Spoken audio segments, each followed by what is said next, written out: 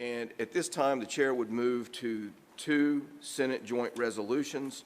The first would be Senate Joint Resolution 220, the confirmation of Phil Baddour to the Industrial Commission. And if the chair's not mistaken, Representative Torbett will introduce that bill. Thank you, Mr. Speaker. I'd like to introduce everyone to Mr. Baddour.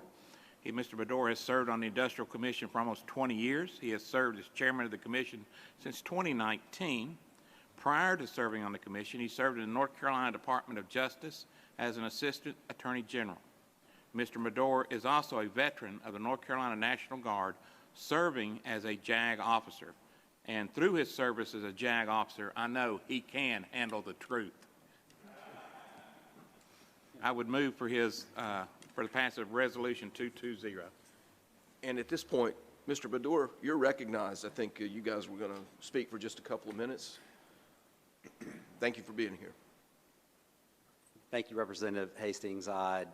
As Representative Torbett said, I'm Philip Baddour. I'm currently serving as a commissioner at the North Carolina Industrial Commission for the last 4 years as chair. As most of you, I'm sure, know, the Industrial Commission administers the North Carolina Workers' Compensation Act, also the Tort Claims Act, which gives us jurisdiction over negligence claims against state agencies, the Public Safety Employees Death Benefits Act, and several other acts.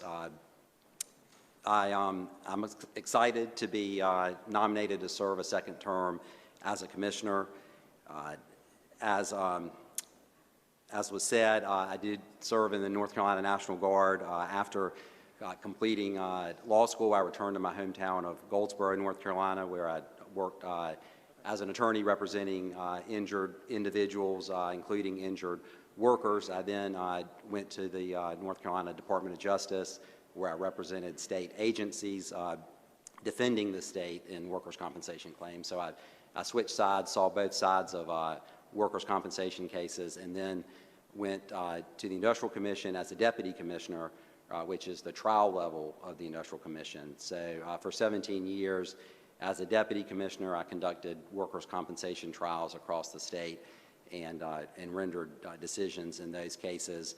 And then in 2017 was appointed and confirmed by the General Assembly with the support of both the worker advocate community and the business community to serve on the full commission, which is the body that hears the appeals from the deputy commissioner level, which was what I'd been doing previously.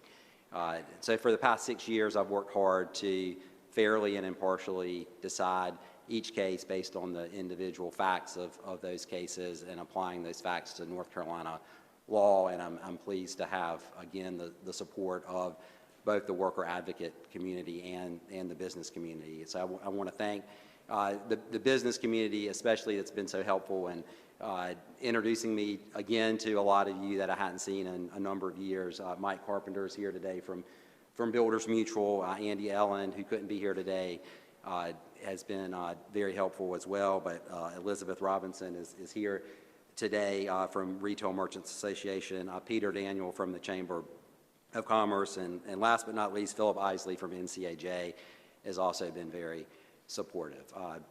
Happy to answer any questions that you may have.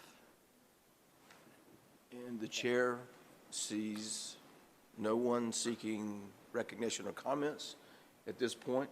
Representative Tyson, you're recognized to move for a favorable report on the joint resolution.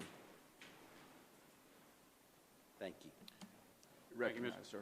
Thank you, Mr. Chairman. I move for a favorable report on Senate Joint Resolution 220. You've all heard the motion. Those in favor say aye. Aye. Those opposed, no. In the opinion of the chair, the ayes have it. The ayes do have it. And the joint resolution receives a favorable report.